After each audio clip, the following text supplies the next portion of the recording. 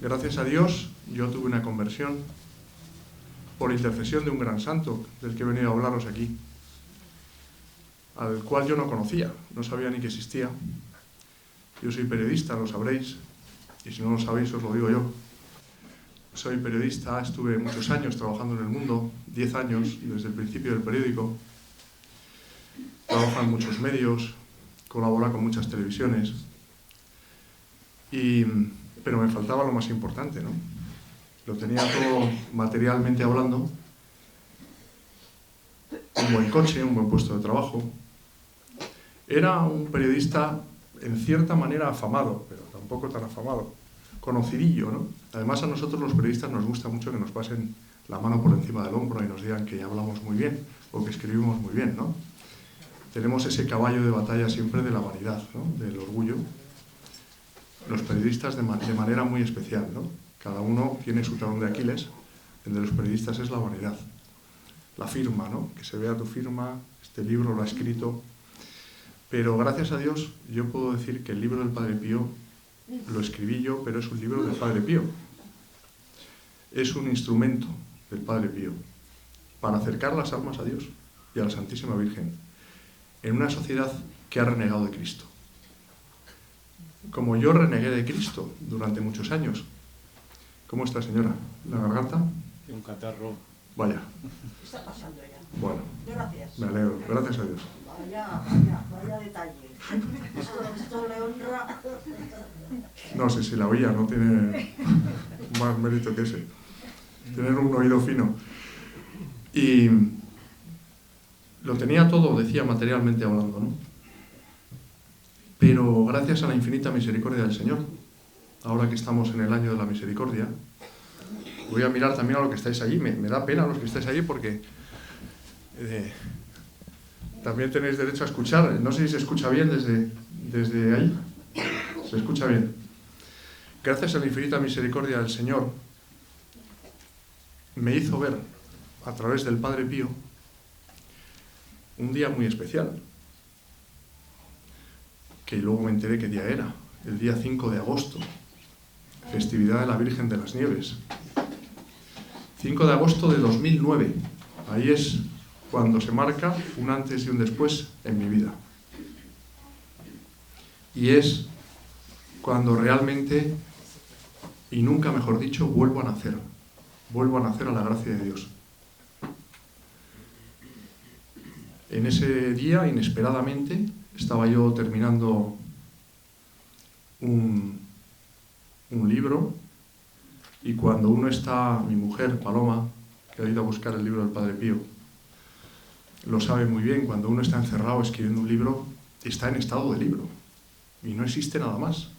Y yo aquel día, 5 de agosto, estaba terminando un libro que tenía que entregar a mi editor, pues a principios de septiembre, ¿no? Y estaba ya agobiado. Y resulta que se celebraba una Santa Misa por el padre de un amigo mío que se estaba muriendo. Le dije yo a Paloma ese día: Paloma, vete tú con los niños a la misa, que yo ya sabes que tengo que terminar el libro. Pero luego, ahora sí sé por qué,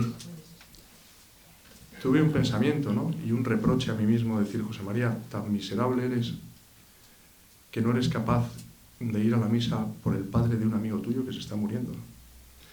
Y le dije a Paloma: voy con vosotros. La misa era en el Valle de los Caídos, no sé si habéis estado, es un sitio maravilloso. Como sabéis, hay una abadía benedictina. Y bueno, y ese día, insisto, la festividad de la Virgen de las Nieves, empecé a llorar de manera inesperada, repentina, como un niño. Yo, que nunca he sido una persona de lágrima fácil, he estado muchos años sin llorar.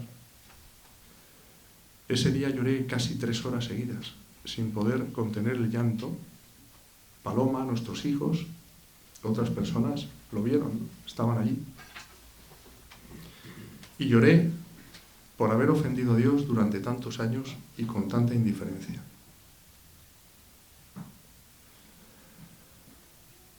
En aquel momento estaba yo sumido en un proceso de nulidad matrimonial.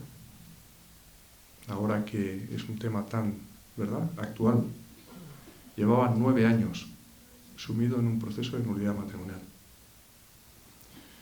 No veía la salida, estaba viviendo en pecado mortal con Paloma. Teníamos 2 hijos en común, de 7 y 6 años en aquel momento. Y llegué a ese 5 de agosto gracias a todo lo que mis padres rezaron por mí. Todas las oraciones, que yo sé que están ahora en el cielo, todo lo que mis padres rezaron por mí, que eran 2 personas de misa y comunión diaria. Ellos eran supernumerarios del Opus Dei. Me dieron una formación cristiana en casa espléndida, ¿no? Pero, bueno, pues mi vida siguió por otros derroteros y estuve 15 años sin pisar un confesionario. Metido en todo el mundillo periodístico, ¿no?, de platós, de todo ese mundo ficticio, ¿no?, ese mundo de mentira, creyendo que era feliz y era un profundo desgraciado, como os decía, ¿no? Y llegué a ese 5 de agosto por todo lo que mis padres rezaron por mí. Creo firmemente, lo decimos además en el credo, en la comunión de los santos. La comunión de los santos. Por eso cuando veo a una persona a la que no conozco, por la calle incluso, rezo una Ave María por esa persona, porque digo, esta persona a lo mejor no tiene nadie que rece por ella. Y estoy plenamente convencido de que esa oración, la Santísima Virgen, como decía el Padre Pío, es la que concede las gracias. Hará con esa oración lo que ella quiera, ¿no?, lo mejor para cada persona.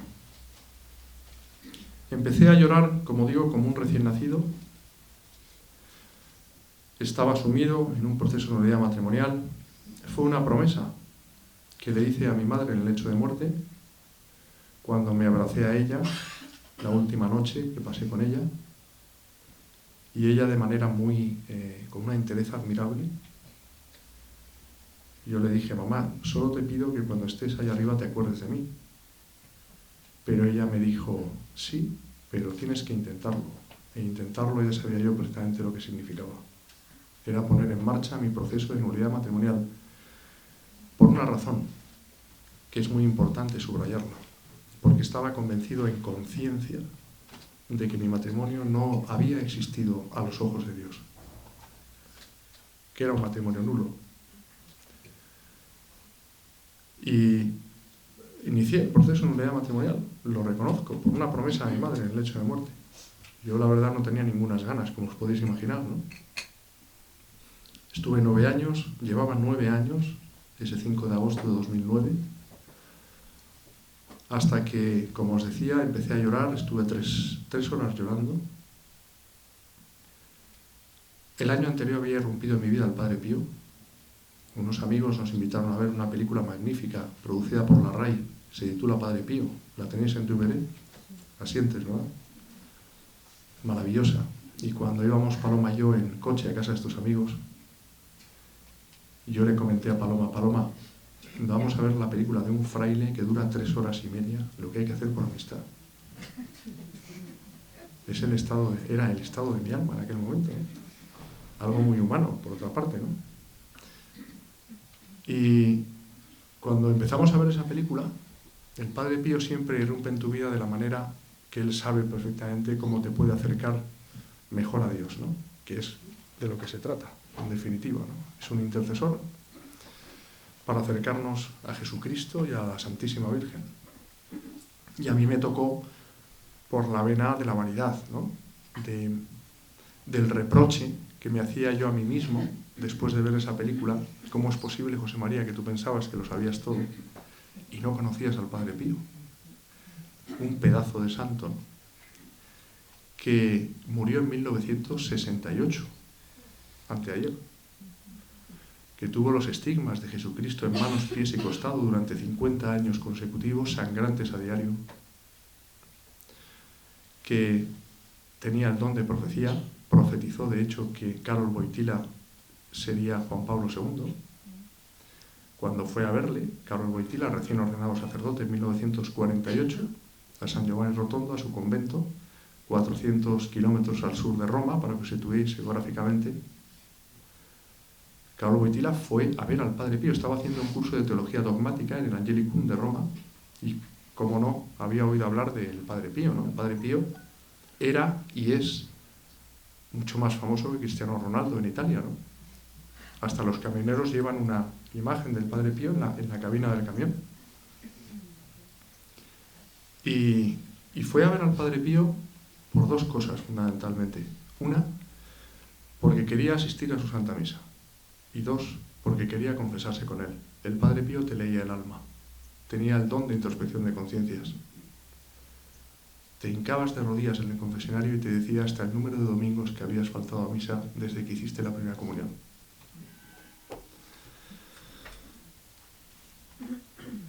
El Padre Pío, como os decía, irrumpió en mi vida. Yo me quedé deslumbrado y empecé a barruntar ya la posibilidad de escribir un libro sobre el Padre Pío, que yo pensaba que iba a ser un libro mío, como tantos otros, ¿no? Históricos, nos decía don Julio, ¿no? Y con ese objetivo nos embarcamos en un viaje a San Giovanni Rotondo, tras las huellas del Padre Pío. Paloma, nuestros hijos, unos amigos. Me fui a entrevistar con personas que todavía viven, que estuvieron durante muchos años con el Padre Pío, octogenarias, lógicamente, y alguna nonagenaria, para que me contaran cosas del Padre Pío, ¿no? Yo iba pensando que ese libro iba a ser un libro, pues, con el que yo me iba a lucir. Mi vanidad de periodista, ¿no? Me iba a dar un personaje, pues, mucho juego, ¿no? Era un libro, yo pensaba entonces, que iba a sumar a mi bibliografía personal. Un libro importante, sin duda, de un personaje importante, pero sobre el cual yo no calibraba hasta dónde llegaba el Padre Pío. Bien, esto, como os digo, ocurrió en el 2008. Después de ver esta película ya empecé a darle vueltas. Aquella misma noche ya empecé a navegar por internet porque quería saber más cosas sobre el Padre Pío. Y llegamos, como os decía, al 5 de agosto de 2009, un año después. El Padre Pío ya había ido irrumpiendo poco a poco en mi vida. Estuve a punto de arrojar la toalla, como os podéis imaginar, con mi proceso de nulidad muchas veces, y no lo hice. Ahora sé por qué, claro. Gracias a Dios. Y ese 5 de agosto, en el Valle de los Caídos, me convertí en otra persona, en el sentido de que aquella misma tarde hablé con Paloma y le dije que no podíamos seguir viviendo en pecado mortal, que teníamos que vivir como hermanos, con nuestros dos hijos que teníamos en común. Claro, os podéis imaginar, Paloma no entendía nada, ¿no? Alucinaba. Este hombre se ha vuelto loco, ha dejado de quererme. Las mujeres que tenéis una sensibilidad especial, ¿no? Un sexto sentido, pues ella se planteó que yo le había dejado de querer cuando le hablaba de esa manera, ¿no? Y gracias a Dios finalmente acabó entendiendo, y al día siguiente, el 6 de agosto, nos fuimos a confesar. Nos fuimos a confesar. Nosotros hemos vivido siempre en Madrid. Llevamos 9 meses viviendo por la Providencia en Murcia. ¿Quién nos lo iba a decir? Hemos ido a la huerta murciana a asfixiarnos de calor. Pero bueno, hay unos tomates muy ricos por otra parte. Y hemos acabado ahí. Y entonces fuimos a Santa María de Caná, una iglesia que está en Pozuelo, en Madrid. Y había un sacerdote nada más cuando fuimos ahí, que parecía que estaba esperándonos. Un sacerdote al cual yo además conocía cuando no era sacerdote, del colegio. Con lo cual me impresionó más, ¿no? Verle vestido de sacerdote. Y me encerré yo primero en un despacho con él. Me ayudó con una paciencia encomiable a hacer examen de conciencia. Estuvimos 2 horas o 2 horas y pico. Le conté, pues, cómo estaba mi proceso de nulidad matrimonial. lo que me había sucedido el día anterior. Cuando ya me había dado la absolución, me dijo, espérate un momento, no te vayas. Me senté otra vez y me comentó, mira, quiero que sepas que soy amigo del decano del Tribunal de la Rota. Y le voy a llamar en septiembre, cuando abra el tribunal, y voy a enterarme por qué tu caso lleva más de 2 años metido en un cajón.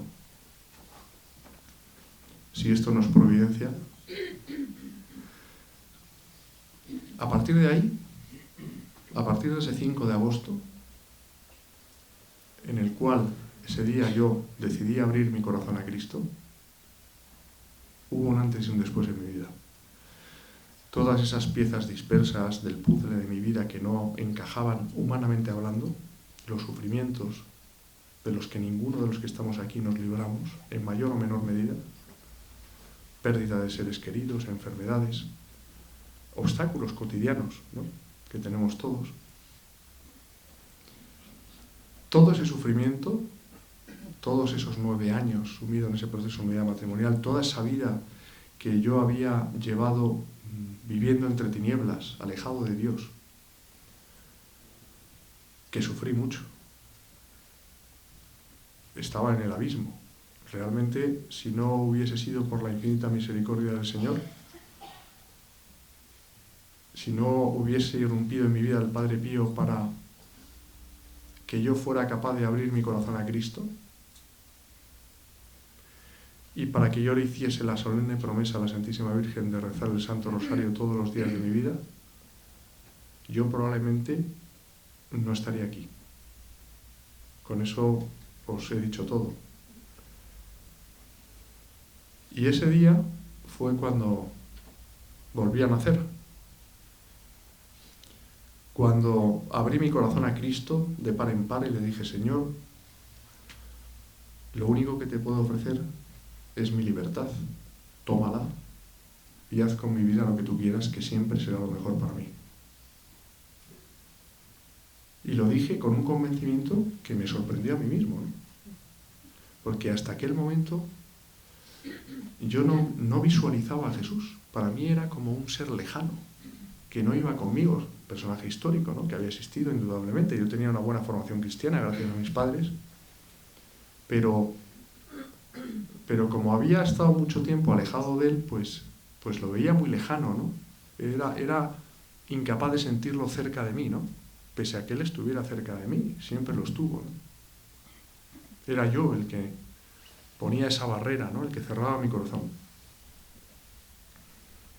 Y ahora puedo decir, y lo digo aquí, y lo digo si tengo que ir a un plató de televisión o a una emisora de radio, donde sea, que estoy enamorado de Cristo.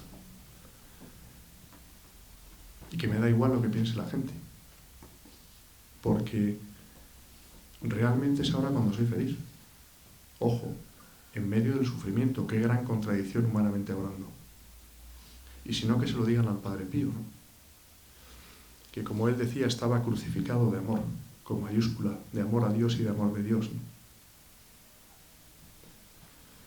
Y el Padre Pío fue el que irrumpió en mi vida, gracias a lo que todo lo que rezaron mis padres por mí. Y a partir de ese 5 de agosto me puse en paz con Dios, empecé a enamorarme de Cristo paulatinamente, rezaba el Santo Rosario, rezábamos, mejor dicho, en familia el Santo Rosario todos los días, qué gran verdad, y lo seguimos rezando, ¿no? La familia que reza unida permanece unida. Nuestros hijos de 14 y 15 años, esto que voy a decir es algo insólito hoy día, ¿no? Van a misa todos los días. Rezan el Santo Rosario, confiesan semanalmente. Realmente es una bendición de Dios, ¿no? Es un regalo de Dios. Y yo no puedo dar más que gracias a Dios. Soy muy feliz, porque el Señor me ha ayudado a darme cuenta de que la única manera de ser feliz es estar a su lado y por amor a Él intentar hacer felices a los demás. no hay mayor secreto, iba a decir, que ese, ¿no? Que parece tan sencillo, pero que no lo es, porque todos somos unos miserables, yo el primero, en mayor o menor medida. Yo soy un gran pecador, pero hay una diferencia en mi vida. Una diferencia de la cual ya se había percatado muy bien mi padre, ¿no? Mi padre ofreció su vida por Juan Pablo II, en el año 81, cuando tuvo el atentado en la plaza de San Pedro, 13 de mayo, hace poco se conmemoraba el aniversario, ¿no?, del atentado, el día de la Virgen de Fátima. Y nosotros no sabíamos nada en la familia. Él se ofreció, como hicieron, nos consta, otros padres de familia, como alma víctima, ¿verdad?, para que Juan Pablo II tuviera un pontificado largo y fructífero, como así fue. Mi padre era un hombre joven, fuerte, sano. Le operaron el mismo día que el Papa, de lo mismo que el Papa. Se murió y cuando se había muerto, nos enteramos por su director espiritual que había ofrecido su vida por Juan Pablo II. Y sabiendo que iba a morir, había dejado a mi madre en un secreter bajo llave todas las instrucciones, pues desde la póliza del seguro hasta las cuentas corrientes, y nos quedamos de una pieza cuando vimos que había tenido la sangre fría de redactar su propia esquela de puño y letra, sabiendo que iba a morir. Y él puso su propio epitafio. Y esto viene a cuento, veréis, entenderéis por qué. El epitafio de mi padre era: hizo siempre la voluntad de Dios, o mejor dicho, luchó siempre por hacer la voluntad de Dios. Pocas lágrimas y mucha oración que falta le hace. Y yo me quedo con ese verbo de luchar, ¿no? Luchar. No es que consigamos hacer la voluntad de Dios, evidentemente no lo conseguimos, al menos en mi caso, pero luchamos, y cuando mordemos el polvo nos vamos al confesionario a pedir perdón a Cristo. Yo antes me confesaba, si discutía con Paloma, porque le había hecho daño a ella, ¿no? Pero realmente a quien hacía daño era primero a Jesús. Es una diferencia importante, ¿no? Cuando nos portamos mal con las personas que el Señor nos pone a nuestro alrededor, le estamos haciendo daño a Él. Y cada vez que caigo, que son muchas, yo me confieso una vez a la semana, a veces cada 3 o 4 días. Y no soy, iba a decir precisamente un angelito, ¿no?, ni una persona escrupulosa. Soy un miserable. Pero el Señor me quiere con locura, con todas mis miserias. Y al Señor le encanta que cada vez que mordemos el polvo vayamos al confesionario, y si no, que se lo digan al Padre Pío, ¿verdad? Es el libro del Padre Pío, no es un libro mío. Este es un libro del Padre Pío, que vaya por la 15ª edición, porque el Padre Pío hace milagros editoriales también. Es el único libro de un autor español traducido al italiano. Para que os hagáis una idea, en Italia, fijaos qué mirada tiene el Padre Pío, ¿no? Que ahora os podéis explicar por qué te traspasaba el alma, ¿no? En Italia se publican alrededor de entre 40 y 50 títulos cada año en el ISBN relacionados con el Padre Pío, entre folletos, biografías. El único libro de un autor español es este, del Padre Pío. Un milagro editorial. Es un instrumento. Y ahora veréis por qué es un instrumento. Y por qué yo estaba muy equivocado. Y pensaba que era un libro mío. Uno más importante que sumar a la bibliografía. Os contaba que nos embarcamos en un viaje a San Giovanni Rotondo,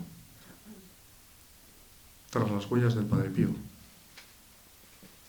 Entrevisté a Sor Consolata, una monja de clausura, estuvo muchos años con el Padre Pío, fue la primera monja que llevó el Padre Pío al Hospital Alivio del Sufrimiento, en San Giovanni Rotondo, donde él vivió durante 52 años consecutivos de su vida hasta su muerte, ¿no? Pese a lo cual hay testimonios en el proceso de canonización del Padre Pío, al cual tuve el privilegio de acceder para componer ese libro suyo, de personas que le vieron sanando enfermos en Nueva York, o de pilotos de bombarderos en la Segunda Guerra Mundial que vieron a un fraile a bordo de su cabina del avión, que les salvó la vida, un fraile al que no conocían, y al término de la guerra fueron a San Giovanni Rotondo y reconocieron que era el Padre Pío. Yo puedo estar hablando del Padre Pío, pues, mucho tiempo, demasiado tiempo. Sé que luego ahí se celebra la Santa Misa, el señor obispo, ¿no? Dos obispos. Dos obispos, que eso es Y Luján. Toledo. Qué bárbaro.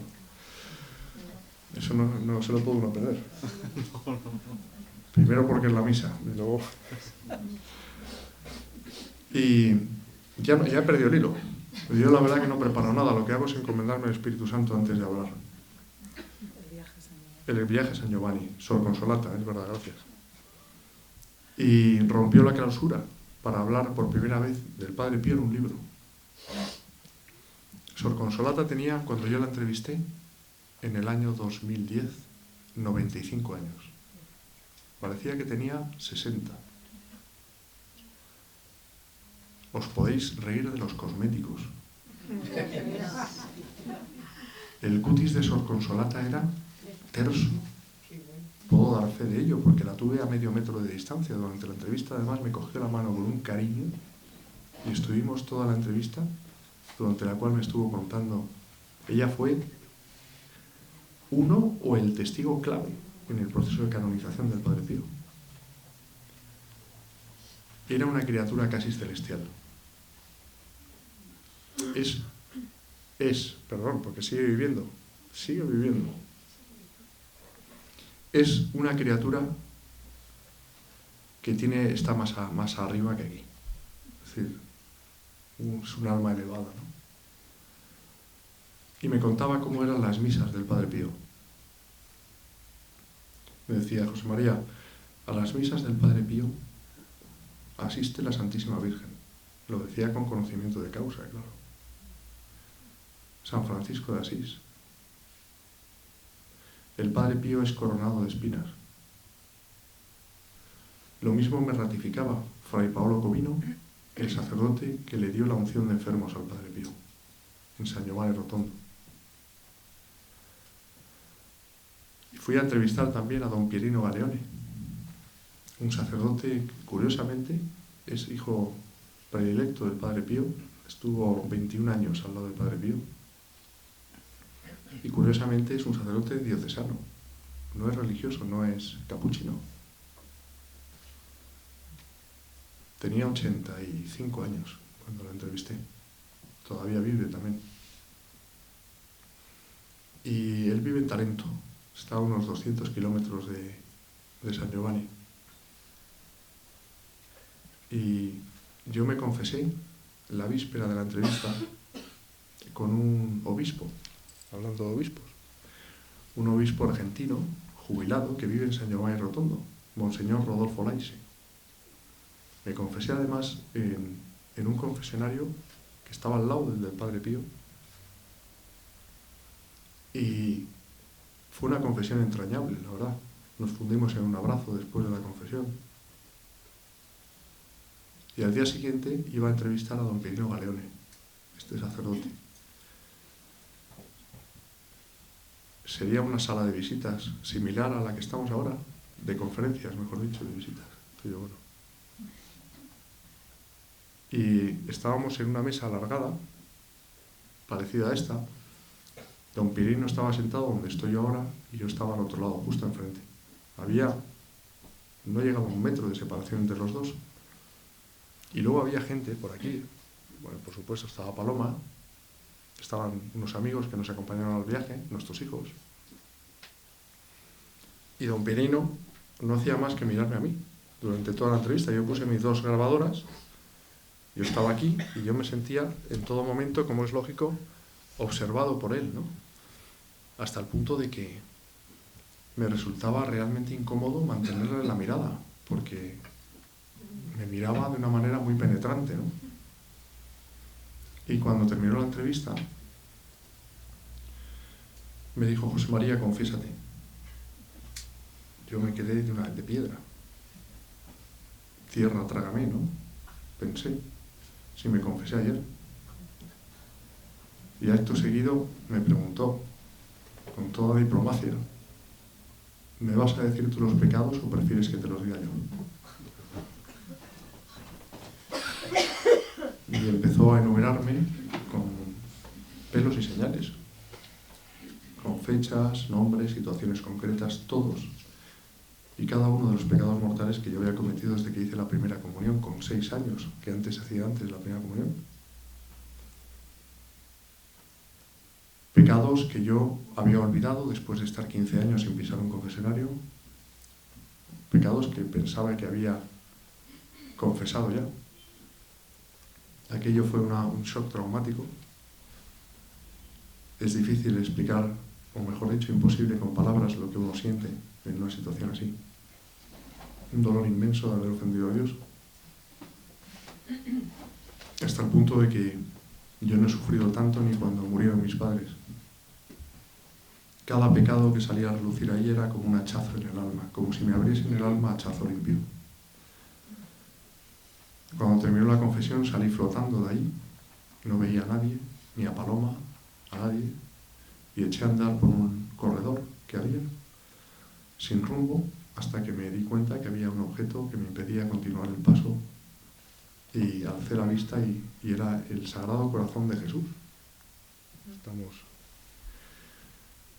Sagrado Corazón de Jesús, una estatua de tamaño natural, ¿no?, que me estaba señalando con su índice su corazón. Y ahí me quedé, mirándole, no sé cuánto tiempo, hasta que Paloma vino a avisarme que nos teníamos que ir. Ahí es donde entendí cuál era el mensaje. Entendí por qué iba a San Giovanni Rotondo a escribir un libro, que no era mío. Un libro con el que yo no iba a lucirme. Un libro del Padre Pío, un instrumento de él, para acercar a las almas a Dios, para hacer honor a su palabra dada. Daré más guerra muerto que vivo, dijo. Y está siendo así. Que Paloma y yo sabemos de centenares de conversiones, de personas que han leído ese libro del Padre Pío y han dado un vuelco a su vida. Personas que llevaban 40 años y más sin confesar, alejados de Dios, y que han ido a hincarse de rodillas en el confesionario porque ha entrado el Padre Pío a través de este libro, ¿no? Ahora es cuando entiendes realmente el porqué, ¿no? El sufrimiento que pasamos ahí en San Giovanni Rotondo, siempre, cuando además que es el mejor síntoma, ¿no? Cuando, ¿por qué no decirlo? Estamos en confianza, ¿no? Pues la verdad que, bueno, pues a mí no me apetecía mucho venir aquí. Lo digo sinceramente. Pero no por no estar con vosotros, ahora estoy encantado, ¿no? Pero digo, pues ese es buen síntoma. Eso es que la charla va a dar mucho fruto. Cuando estuvimos ahí en San Giovanni Rotondo, sufrimos todos muchísimo. Yo pasé una noche entera en el purgatorio. Yo no he sufrido tanto en mi vida. Y todo ese sufrimiento, que se lo digan al Padre Pío, tiene un sentido. Lo que humanamente no tiene sentido, lo tiene todo el sentido sobrenatural. Para purificación de tu alma y para purificación de millares de almas, en el caso del Padre Pío. Se calcula que confesó a más de 500.000 personas a lo largo de su vida. Pasaba hasta 20 horas diarias en el confesionario, lavando almas. Rezaba 34 rosarios completos al día por una gracia especialísima. Y además, mientras estaba confesando, y como él decía con su sentido del humor, se paseaba por el mundo, ¿no?, con su don de la bilocación, la posibilidad, como sabéis, de estar en dos sitios distintos al mismo tiempo. En fin, ¿qué os podría contar del Padre Pío? Que lo más importante no es lo, digamos, que a mí me llamó la atención como periodista, ¿no? Como yo digo, los fuegos artificiales. Lo que a mí me deslumbró del Padre Pío. Sino que a medida que el Padre Pío irrumpe en tu vida, prepárate, para bien, por supuesto, para bien, porque realmente te va a acercar a Jesús y a la Virgen, como no os podéis imaginar. Pero él también decía a sus hijos espirituales, no me hagáis quedar mal delante de Jesús. Conozco hijas espirituales del Padre Pío, chicas jóvenes, estás hablando con ellas normalmente y tienen el cuerpo cubierto de llagas, ¿no? Son almas víctimas que están ofreciendo todo su sufrimiento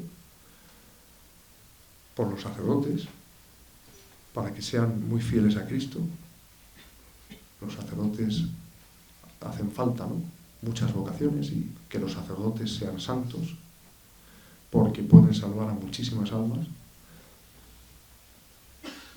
Y cuando vas conociendo al Padre Pío te vas dando cuenta de que el Padre Pío no es un santo milagrero, no es un santo de lo extraordinario. Él se consideraba indigno, le avergonzaba llevar los estigmas de Cristo, no quería ninguna publicidad, ninguna. Es uno de los grandes santos de la Iglesia Católica, que como tal santo vivió en grado heroico todas las virtudes, que en eso consiste la santidad, empezando por la caridad y siguiendo por la humildad. Hay una definición muy bonita, que él parafraseaba en cierta manera también a Santa Teresa de Jesús, sobre la humildad, ¿no? Padre Pío decía: la humildad es la verdad, y lo decía aplicado a él. Y la verdad es que yo no soy nada, que todo lo bueno que hay en mí es de Dios. Y es así. Todo lo que tenemos, nosotros, que tenemos cosas buenas, todos los que estamos aquí, podemos aprender unos de los otros.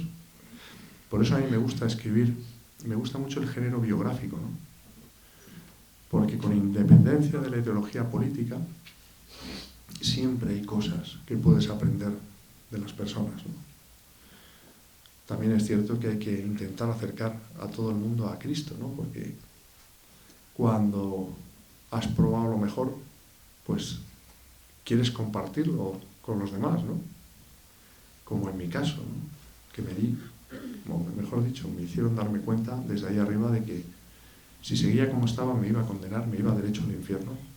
Y sobre todo la responsabilidad que pesaba sobre mis hombros de todas las personas que estaban a mi alrededor, de Paloma, de nuestros hijos, de mis amigos, que se podían condenar si yo no les acercaba a Dios, ¿no? Todos los pecados de omisión que yo había cometido, ¿no? De todas esas personas que se cruzaron en mi vida y a las que jamás hablé de Dios y pude haberlo hecho. Y descubres realmente, como os decía, que el Padre Pío no es un santo de lo extraordinario, sino es un santo que nos enseña, sobre todo, él resumía su vida de sufrimiento. Los médicos, claro, pensaban que estaba biológicamente muerto, porque estaba a largas temporadas alimentándose solo de las especies eucarísticas, perdiendo sangre a diario, y los médicos no se explicaban, ¿no?, que fuera capaz de estar tantas horas en el confesionario, ¿no?, y haciendo tantas cosas por los demás, por amor a Cristo, ¿no? Y él resumía toda su vida de sufrimiento, ¿no?, en una sola frase. Decía: todo es un juego de amor a Dios y de amor de Dios, ¿no? Todo es un juego de amor. Nosotros parafraseamos al Padre Pío en un libro que nuestro director espiritual hace unos años nos dijo que teníamos que escribir, ¿no? Dar, Paloma y yo, nuestro testimonio de conversión, de la acción de Dios en nuestras vidas, para ayudar a muchos matrimonios, ¿no? Muchos matrimonios que siguen contactando con nosotros, ¿no?, después de leer Un juego de amor, este libro, que es el testimonio de cómo el Padre Pío actuó en nuestras vidas como intercesor, y cómo, cuando confiamos verdaderamente en Jesús, de verdad, yo ese 5 de agosto, no porque sea muy listo, ni porque tenga nada especial, ¿no?, en absoluto, pero yo tuve la convicción de que si confiaba en Cristo, mi matrimonio, con el cual, o mi nulidad, mejor dicho, matrimonial con la cual llevaba 9 años, al final iba a salir a relucir la verdad, y así fue. 9 meses después, exactamente, el 5 de mayo de 2010, me comunicaron la nulidad matrimonial. Y Paloma y yo, Paloma que ya la tenía, Paloma y yo nos pudimos casar a los ojos de Dios. Y ahora valoramos enormemente el tesoro sacramental del matrimonio. El Señor pone en nuestro camino a muchísimos matrimonios de toda España que recurren a nosotros después de leer este libro, ¿no? Que es otro instrumento. A nadie le gusta desnudar su alma, ¿no? Pero si lo haces para hacer un bien a los demás, bendito sea Dios. Personas que estaban en trámites de separación, que han leído el libro y se han dado una segunda oportunidad. Personas que estaban convencidas, que están convencidas en conciencia de que su matrimonio no ha asistido a los ojos de Dios y han puesto en marcha su proceso de nulidad matrimonial. Personas que son felices en su matrimonio, pero que no valoraban suficientemente el tesoro sacramental de su matrimonio. Y ahora es cuando comprendes realmente, ¿no?, el sentido de ese libro, de ese instrumento, para ayudar a los demás. Y no sé yo si seguir hablando. Pues yo creo que debería dejar hablar a Paloma. O alguien a lo mejor quiere hacer alguna pregunta. Seguramente sí, ¿no? Siempre pasa lo mismo. Uno rompe el hielo y a partir de entonces ya... Que hable más.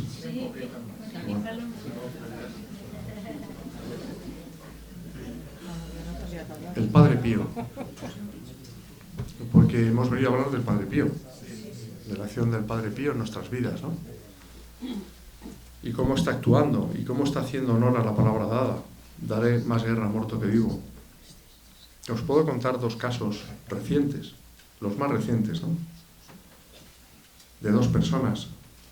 Diego, un niño de 5 años, desahuciado por los médicos en la UCI de un hospital, una neumonía terrible. Empezamos a rezar la novena del Padre Pío. ¿Has traído novenas? Aquí están. Que luego os regalaremos novenas, que se las envían a Paloma, de San Giovanni Rotondo, con una pequeña reliquia del Padre Pío. Eso es dinamita pura, ¿eh? Dinamita pura.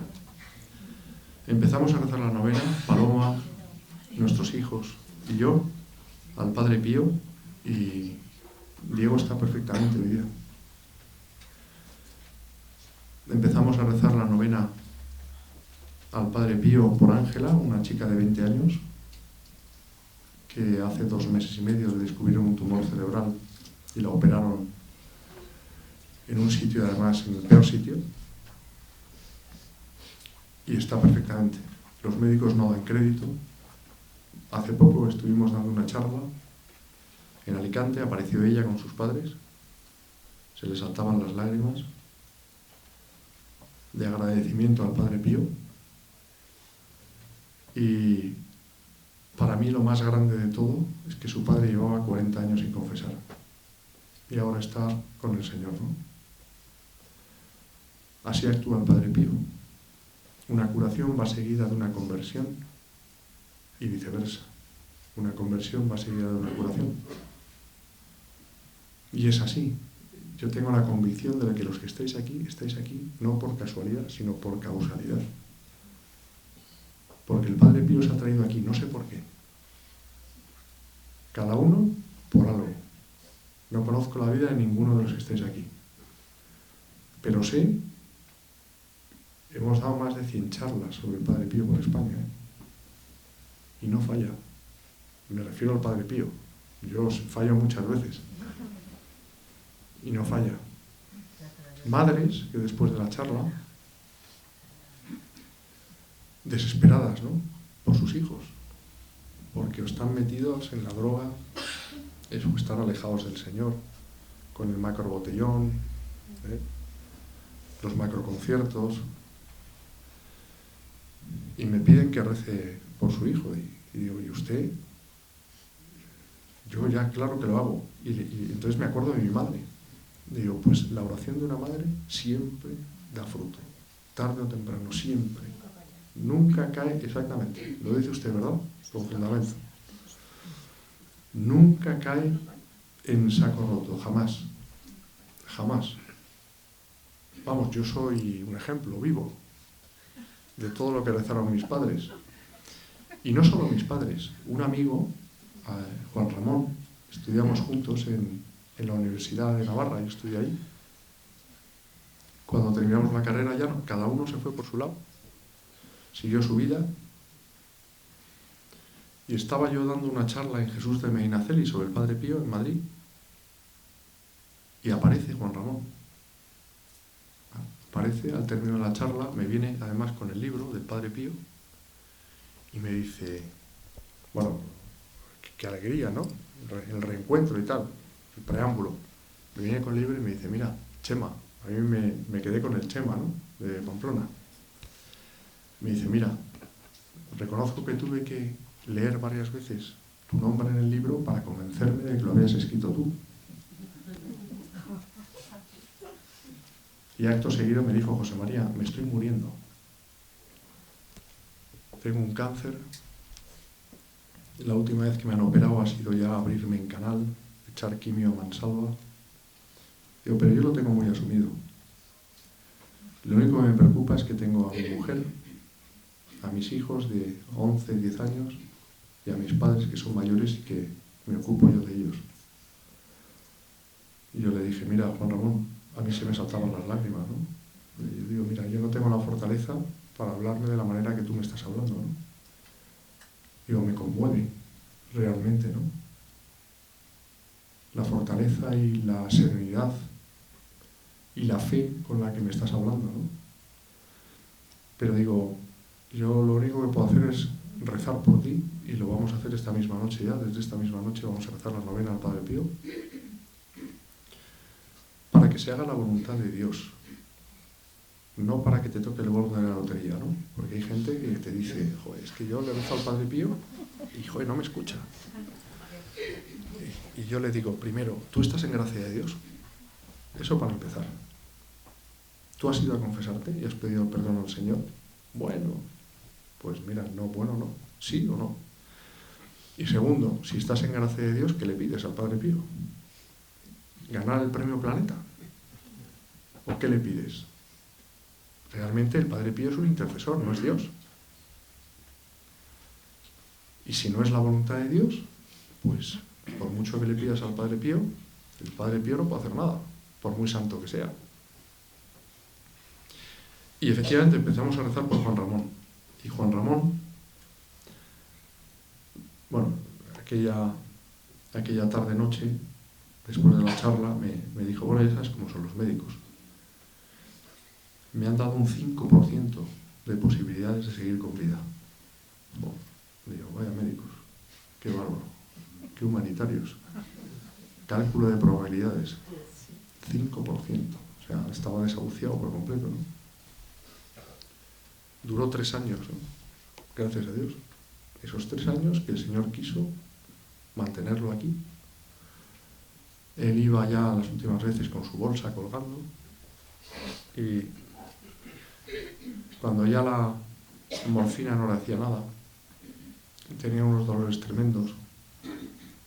Y la última vez que hablé con él, volvieron a saltárseme las lágrimas a mí. Y él, como si tal cosa, la procesión iba por dentro. Me dice, Chema, quiero que sepas que parte de los sufrimientos que estoy pasando se los estoy ofreciendo a Dios para que vendas más libros,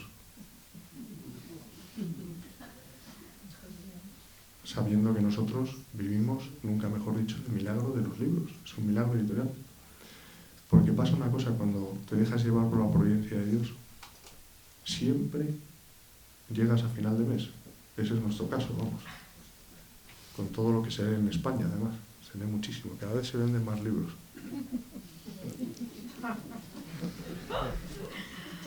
Y Juan Ramón, que yo sé que está en el cielo con el Padre Pío, se me volvían a saltar las lágrimas en el funeral cuando su hija leyó una carta a su padre con una entereza admirable. Y pues claro, cuando Ramón me decía, mira, Chema, a mí me preocupa mucho que mis hijos puedan perder la fe y no entiendan por qué su padre, siendo joven, les deja, ¿no? Bueno, pues aceptaron la muerte de su padre con una calma y con una fe, con un convencimiento de que su padre estaba en el cielo, ¿no?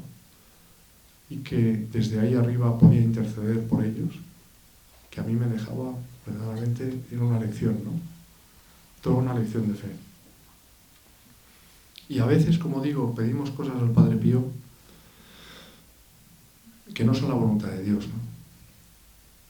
Y hay un testimonio, otro, bueno, hay muchísimos testimonios, ¿no? Muchísimos testimonios, cada día. Este libro se publicó hace 6 años, ahora en noviembre. Y seguimos recibiendo testimonios de conversiones, de curaciones, es algo verdaderamente, te das cuenta que no es un libro normal, ¿no? Es un instrumento. Pero, por ejemplo, aquí sale el testimonio de Marta, una niña de 9 años.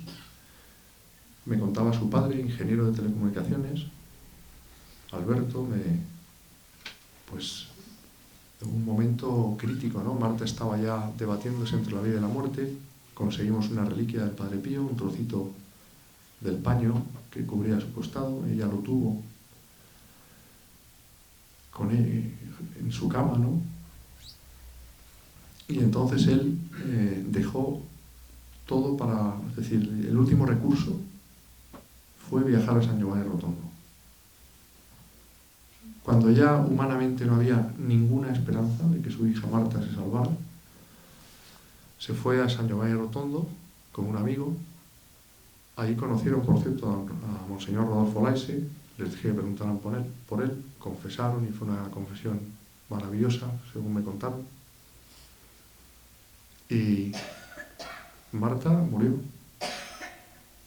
Cuando yo hablaba con su padre, era otra lección admirable de fe, de cómo él y cómo su madre habían aceptado la muerte de su hija de 9 años. Ese es el verdadero milagro del Padre Pío, ¿no? Ahora es un ángel que está en el cielo, ¿no? Que además fue consciente de que se tenía que morir, fue consciente de su sufrimiento y estaba al lado del Padre Pío, ¿no? Entonces, claro, estas cosas son, hablar del Padre Pío es hablar de otra dimensión, ¿no? Es algo que te cambia la vida por completo. No conozco una sola persona que se haya cruzado en su vida al Padre Pío y haya permanecido indiferente, absolutamente a nadie. A nadie. Y los que estamos aquí, los que estáis aquí porque el Padre Pío ha querido que estéis aquí, insisto. Y es así.